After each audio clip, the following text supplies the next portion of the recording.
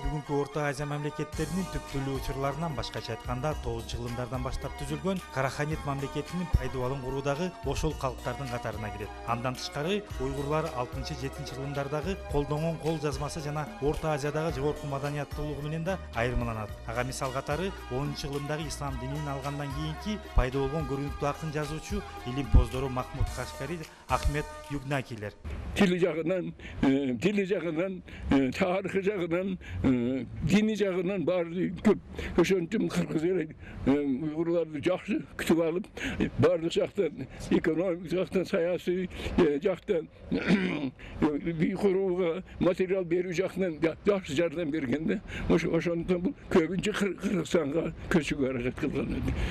Бүгүнкү күндө Кыргызстанда миңдеген уйгур улуту жашаса, алардын жүздөгөнү кыргыздар менен каны сиңген кудаларга айланышкан. Азыркы учурда Кыргызстандагы ар улут өкүлдөрү бири-бири менен үй бүлө кургандарды көргөндө таң калбай деле койсок болот. Алардын ичинде уйгурлар да бар. Бүгүнкү биз конокко келген бул Рашида менен Таалай көп жылдан бери кол кармашып, үй бүлө түзүп, бирге жашап келишет. Анда сиздер менен Рашида менен Таалайдын үйүнө конокко келип, алардын жашоо тиричилигине көз жүгүртүп көрсөк. Саламатсыздарбы? Бул үй бүлөнүн бирге түтүн булаткандарына быйыл 20 жылдан ашты. 2 жаштуу Таалайдын эжеси тааныштырган соң 1 жыл сүйлөшүп жүрүп үйлөнүшкөн. Биринчи күндөрү Рашидага энеси таарынып, уйгурдан жигит таба албай калдыбы деген сөздөрдү да айткан. Бирок убакыт баарына тараза демекчи, бара-бара кыргыздын жигитинин кылган иштерине ыраазы болуп, Таалай сүйүктүү күйөө баласына айланган.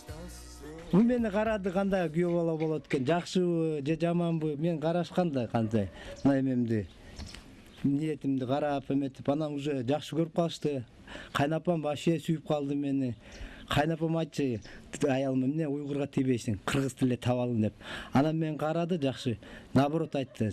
Хоть канча уйгур болсо, сен мени эч кимге алмаштырып бербейм деди. Ал эми Рашиданын мүнөзү шайыр болгондуктан, анын айтымында Таалайдын бир туугандары менен тил табышыш жеңил эле болгон. Бага айылдарда жашасам кыйын болмок. Кайненем, кайнежелерим нормально. Алардын уже немелерин мен түшүнүп калдым. Закондоруну, салттарыны түшүнүп калып, барып сүйлөшүп келип, алар менен конокторго барып, неме туугандарга барып, баарын көрүп, үйрөнүп. Уйгурдун кызы Рашида бүгүн кыргыздын ашканасын катыра билет. Кайнежем мени үйрөтүп койгон Гүлчатай, беш бармак, борсок. Жилик дегенди билесизби? Жилик дегенди билебиз, конечно. Уйгурлар Кыргызстанды мекендеген ар улут өкүлдөрүнүн арасында чыгышка таандык эң колориттүү калктардын катарында. Алардын маданиятындагы улуттук ыргактары, бий искусствосу бүгүнкү заманда белчемдүү орун ээлеген.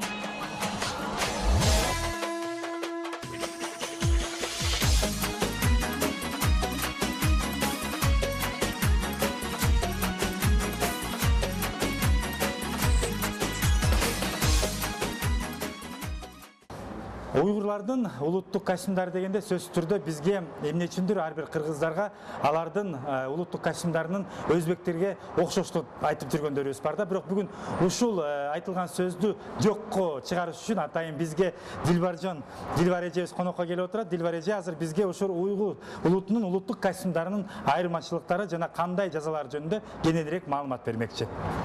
Биздин кийимдерибиз, кыздардын, жигиттердин кийимдери албетте өзгөчө көп түрлүү. Уйгур аялдары үстүнө чепкен кийишип, ал тизеден ылдый, жакасы жокко эсептегилип, оймолор менен кооздолот. Эң кызыктуусу уйгур айымдарынын чач жасалгасы алардын турмуштагы ордунан да кабар берет. Жаш кыздар жана балалуу эмес келиндер чачтарын майда кылып, өрмө кылып жүрүшсө, балалуу аялдар чачтарын эки гана өрүшөт. Ал эми учтарын шуруу же баалуу темелер менен кооздолгон чеч теңгилерди тагынышкан. Биздин уйгур кыздардын топалары башыга кие турган 100 түрлүү болот. Шу 100 түрлөрүнүн мына биякта 5-6 эле топол көрүп атабыз да.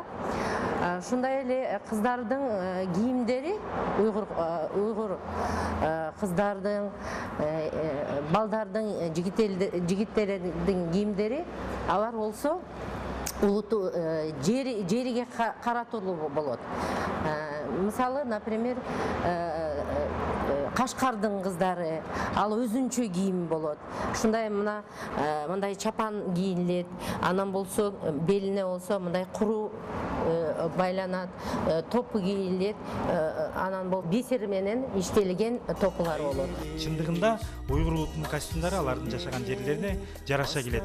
Орто Азиядагы уйгур эркектери ектектеген ак көйнөк жана ошол түстөгү шымдалбандарды пахта кеземелеринен кийишип, анын үстүнөн тон башкача айтканда чепкен кийишет. Ал кебезинен тигилип, жоолук же чүпүрөк менен белдемче байланып, ага бычак илинген. Жигиттер болсо аны өзүнчө болот. Бул жигиттер болсо эми атка мингенге удобный кийим болот, анан төпү болот. Биз Средняя Азияда ысык климат, шуның үчүн ушундай төплөр, көйнөктөрдүн жакалары тарих боюнча уйгурский каганат болгондо 5-6 ханство болгон. Шул ханстволарда Кашкар ханство, Якян ханство, Турпан ханство, этот самый Кульжа, Үрүмчи деген шаарда ар бир улутту, ар бир жерлерге тыйыштуу эми кийимдер болгондо, может быть, климатический особенностьтер бияка каралган.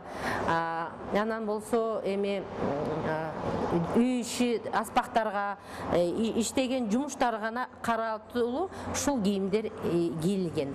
Биз халк болсо шулардын кийимин карап, бул Кашкардан келген уйгур кызыбыз экен дейбиз. Бул болсо Ак Суудан келген кызыбыз экен дейбиз. Атуштан келген дейбиз, Кульжадан келген деп шуну айрылып алсак болот да эми. Жалпысынан ар бир кыргызстандыктарга уйгур улутунун тамак ашы дегенде эле сөзсүз түрдө алардын чүчварасы, лагманы же болбосо мантысы эске келет да. Бирок бүгүнкү биздин программада сиздер үчүн, урматтуу телекөрүүчүлөр, атайын уйгур кухнясынын, башкача айтканда ашканасындагы бизге даамдуу жана эмгиче белгилүү эмес тамагын жасап көрсөткөн атабыз. Анын үчүн бизге бул аксакал жардам берет. Саламатсызбы? Агай, аты жөнүңүз ким? Назым Камбари. Назим агай, бүгүн бизге ушул уйгур ашканасынын кайсыл тамагынан көрсөткөн атабыз? Баягы айткан ода пишти, же болмосо мен буда пишти кыргызча айтканда. Анын ясави деген варианты билен элитный бир кыл тамакын жасап бербекчи.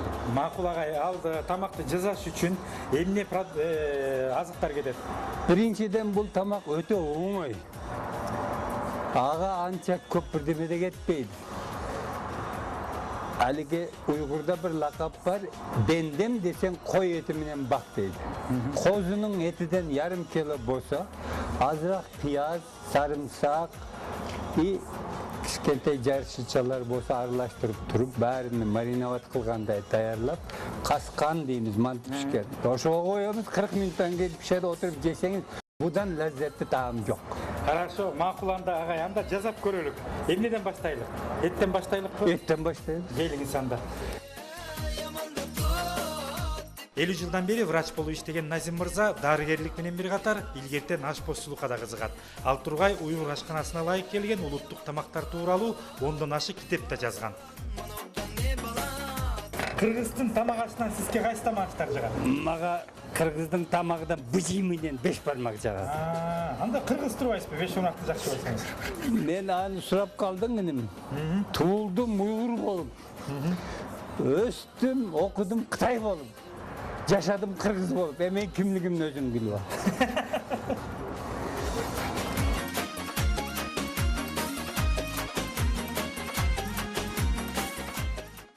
Помидорду пияз турагандай эле турайм да, Экиге бөлүң.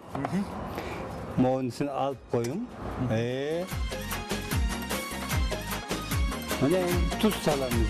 Сала беребиз. Зира деген бирдеме. Бул турпанын зиреси. Муну силерде зире дейсиздер. Зире. Майдаланган зире экен. Талкаланган зире. Бул да аямай пайдалуу нерсе.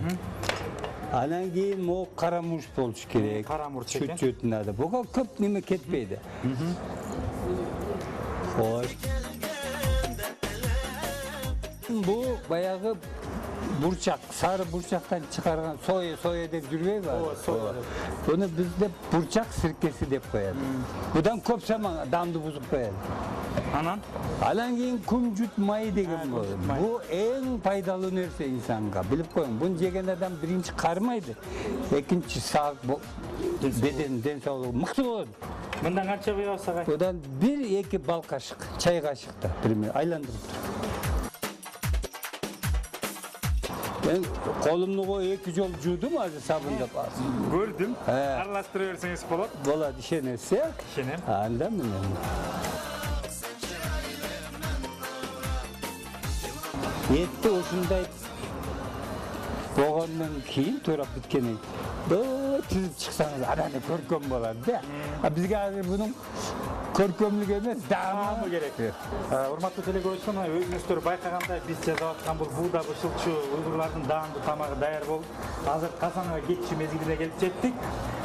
Жалпысынан карап байкап айтканда бул тамак аштын жасалуучусу жасап жегенге өтө эле жеңил экен да. Койдун эти кошуп, андан тышкары пияз баары эле колдонуп жүргөн үйдө бар нерсе. Үйдөгү бар нерсе экен да. Эң башкысы муну баягы шишке ет жасагандай кылып, сөзсүз түрдө орустар айтмакчы мариновать этиш керек экен. Эми бул тамак ашты казанды көзгө жөнөтөлүк, андан кийин даамын татып көрөбүз.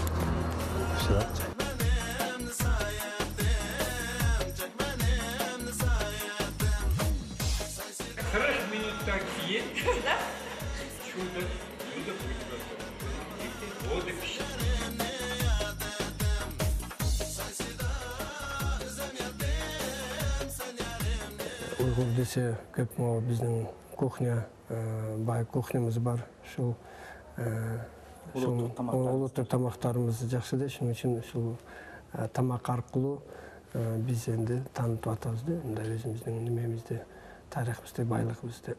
Артык Хаджиев бүгүн уйгурлардын иттифак коомдук бирикмесин жетектеп, эки элдин ортосунда ынтымак көпүрөсүн түзүүдө өз салымын кошуп келет. Анын айтуусунда бүгүн Ала тоону мекендеген ар улут өкүлдөрү кыргыздын патриотумун деп өзүн сезсе, сөзсүз кыргыздын эне тилин үйрөнүүсү керек. Биз тилибизден окуйлук билишибиз керек. Эмне үчүн биз Кыргызстанда жашап атабыз? Жашагандан кийин кыргыз тилин билсек, биз Кыргызстанда өзүбүз болуп кетебиз. Мен ойлойм, ушуну биз жакшы түшүнүп, ушул кыргыз тилин билип биз Кыргызды элине жерде Кыргызстанда ар бирибиз бирге болуп, бир идеология болуп, бир ниетимизден жакшы ниетибиз менен бир жумуштарны кылсак, Кыргызстаныбыз гүлдөйт, Кыргызстаныбызды сактап калабыз деп ойлойм. Уйгур деген сөз кыргызча биримди билдирет. Ал эми Кыргызстанда бүгүн 50 миңге жакын уйгур калкы жашап, көпчүлүккө артындай затын көргөзүп келет.